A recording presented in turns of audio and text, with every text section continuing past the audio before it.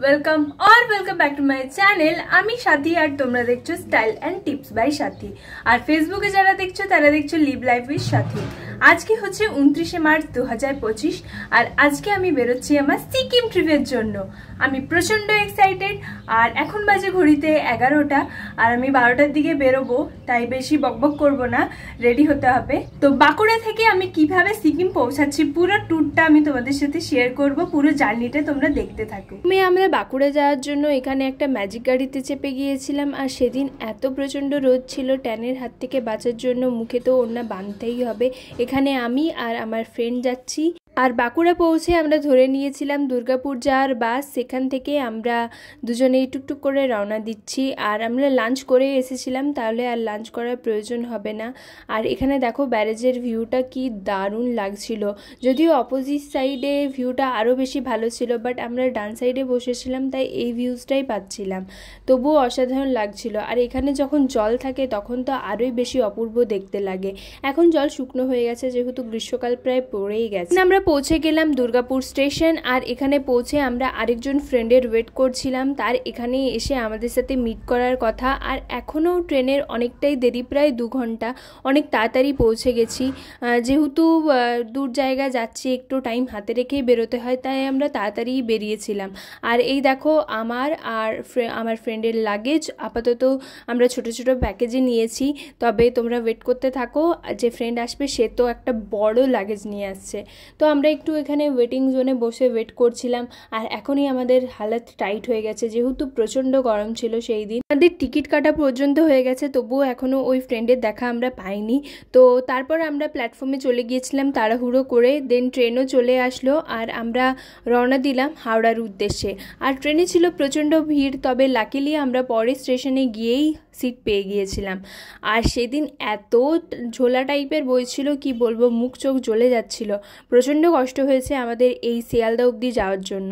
দেন আমরা অনেকটাই রাস্তা পৌঁছে গেছি, এই দেখো ব্যান্ডেল জাংশন। তখন প্রায় বিকেল 5টা মতো বাজে, তবুও এখানে দেখো রোদের তাপ একদমই কমেনি। যেতে যেতেই আমরা স্মৃতিচারণ করছিলাম, কারণ এই রাস্তাতেই পড়ে আমাদের ট্রেনিং সেন্টার, যেখানে আমরা 2 বছর ট্রেনিং করে সেখান থেকেই আমাদের এই ফ্রেন্ডদের আলাপ হয়েছে। তারপর দেখতে দেখতে বেজে গেল সন্ধ্যে 6:30 আর আমরা নেমে গেলাম হাওড়া জাংশনে। আর এখানে জাংশনটা খুব দারুণ দেখতে লাগছে, এই ছিল আমাদের ট্রেন। তারপর দেখো এখানে আমরা 4 জনই মিট করে নিয়েছি আর আমরা যাচ্ছি শিয়ালদার উদ্দেশ্যে।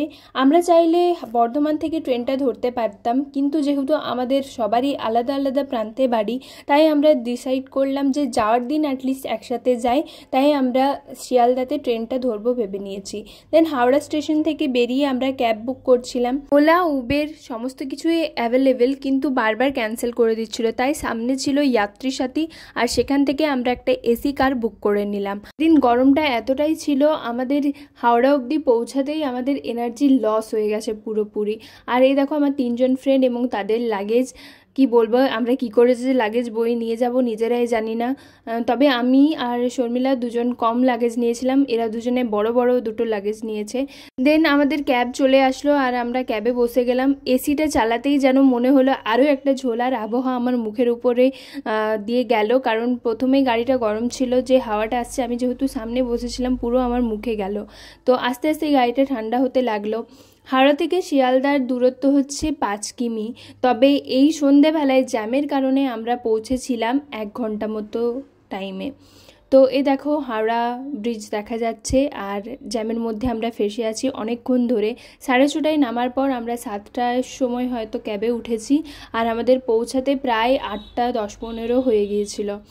আর এখানটা খুব ভালো লাগছে, কখনো হেঁটে যাওয়া হয়নি এই রাস্তা দিয়ে, যদিও আমি অনেক কমবারই এসেছি কলকাতা বা হাওড়ার দিকে। হাওড়া প্রায়ই আসা হতো ট্রেনিং সেন্টার যাওয়ার জন্য, বাট কলকাতা 2-3 বার গেছি হয়তো। তো এখানটা খুব সুন্দর লাগছিল, এখানটা হেঁটে যাওয়ার এক্সপিরিয়েন্সটা খুব ভালোই। দেখো লেন দিয়ে যাওয়া যায়, এখানে আমার যাওয়ার ইচ্ছা আছে, জানি না কবে যেতে পারবো। তো দেখো এখানে আমরা গল্প করছিলাম আর পৌঁছে যাচ্ছিলাম, আর এই টাইমটায় আমাদের প্রচণ্ড খিদে পেয়ে গেছে, আমরা কোনো খাবারই ক্যারি করিনি। তো যারা যাবে অবশ্যই খাবার ক্যারি করবে। আর দেখতে দেখতে আমরা শিয়ালদা পৌঁছে গেলাম। আর এই স্টেশনটা এত দারুণ দেখতে লাগছে, আমি তো কখনোই আসিনি, প্রথমবার। কি দারুণ লাইটিংয়ের কাজ। তারপর গিয়ে ঝটাপট আমরা এখানে নেমে পড়েছি, আর নেমেই আমরা ডিনার করার জন্য চলে গিয়েছিলাম জন আহারে। আর আমরা অর্ডার দিয়েছিলাম রুটি, আলুর দম এবং চানাপোড়ি, তার সাথে একটা গোলাপ জামুন কমপ্লিমেন্টারি। আর যেহেতু আমরা 4 জন ছিলাম, 3টে প্লেটই অর্ডার দিয়েছি, শেয়ার করে খেয়ে নেব। তারপর আমরা প্ল্যাটফর্মের দিকে রওনা দিচ্ছিলাম এবং এখানে গিয়ে ফটোস ভিডিওস নিয়ে নিয়েছিলাম, কারণ হচ্ছে ফটোস ভিডিওস মাস্ট নিতেই হবে। আর এই দেখো আমাদের 4 জনের একসাথে লাগেজটা তোমাদেরকে দেখিয়ে দিলাম কতটা বেশি হয়ে গেছে। তো তারপর রাত 10টার দিকে আমাদের ট্রেন ছিল দার্জিলিং মেল, যেটা চলে এসেছে এখন প্ল্যাটফর্মে, আর আমরা উঠে পড়বো। আমরা ট্রেনে কোনো ক্লিপস নিইনি কারণ প্রচণ্ড টায়ার্ড হয়ে গেছিলাম। সোজা তোমাদের সাথে দেখা হচ্ছে নিউ জলপাইগুড়ি স্টেশনে। এখন বাজে সকাল 8টা, আর আমরা সবাই নেমে পড়েছি। আর আমরা যাচ্ছি ট্যাক্সি স্ট্যান্ডের দিকে, কারণ ওখানে আমাদের যে ট্রাভেল এজেন্সি সেখানের গাড়ি আমাদের চলে এসেছে। তো আমরা ওখানেই যাচ্ছি। মাঝখানে ভাবলাম একটু ক্লিপস নিই, কারণ ব্লগে তো দিতেই হবে। আর ওখানকার ওয়েদার আমাদের ওয়েদারের থেকে খুব একটা ডিফারেন্স ছিল না। আমাদের ওখানে যেমন প্রচণ্ড গরম, এখানে হালকা একটু কম, তবে সকালে উঠেও প্রচণ্ড গরমই লাগছিল।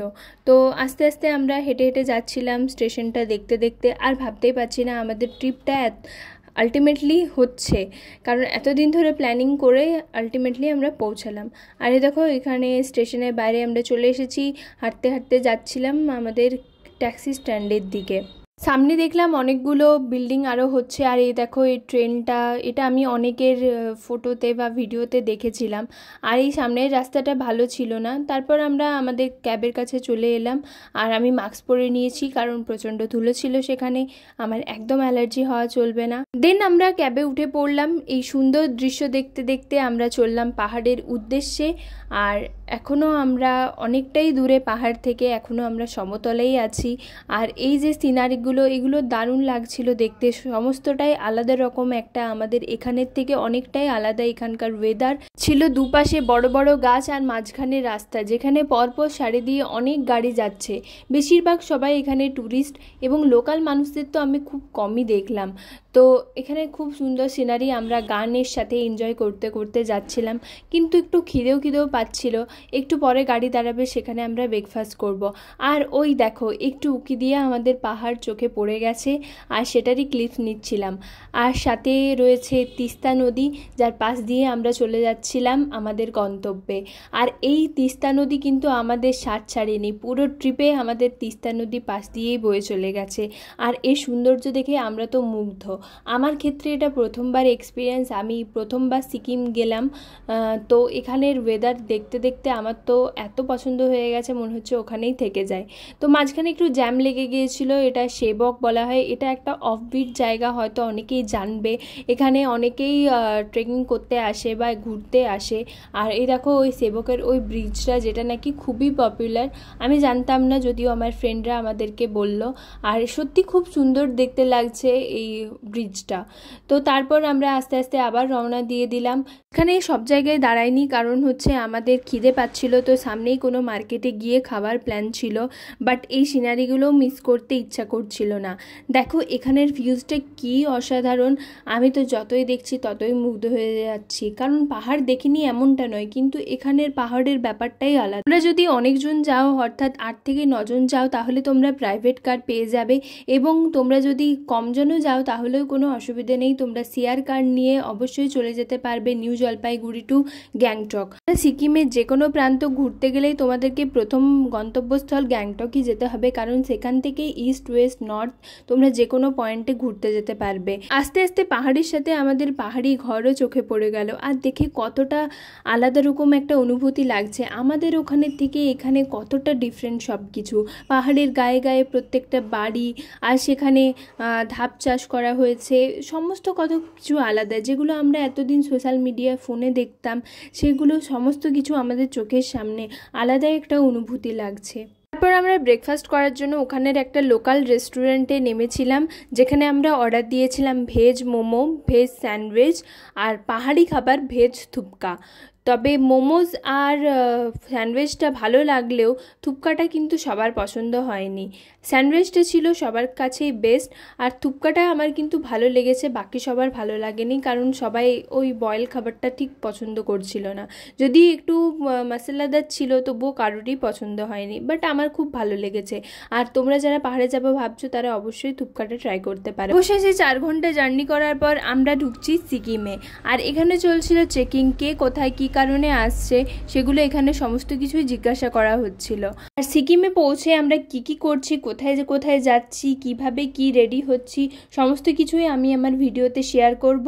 আর তার জন্য তোমাদের অবশ্যই আমার চ্যানেলে নজর রাখতে হবে। আজকের জন্য এইটুকুই, দেখা হচ্ছে পরবর্তী ভিডিওতে।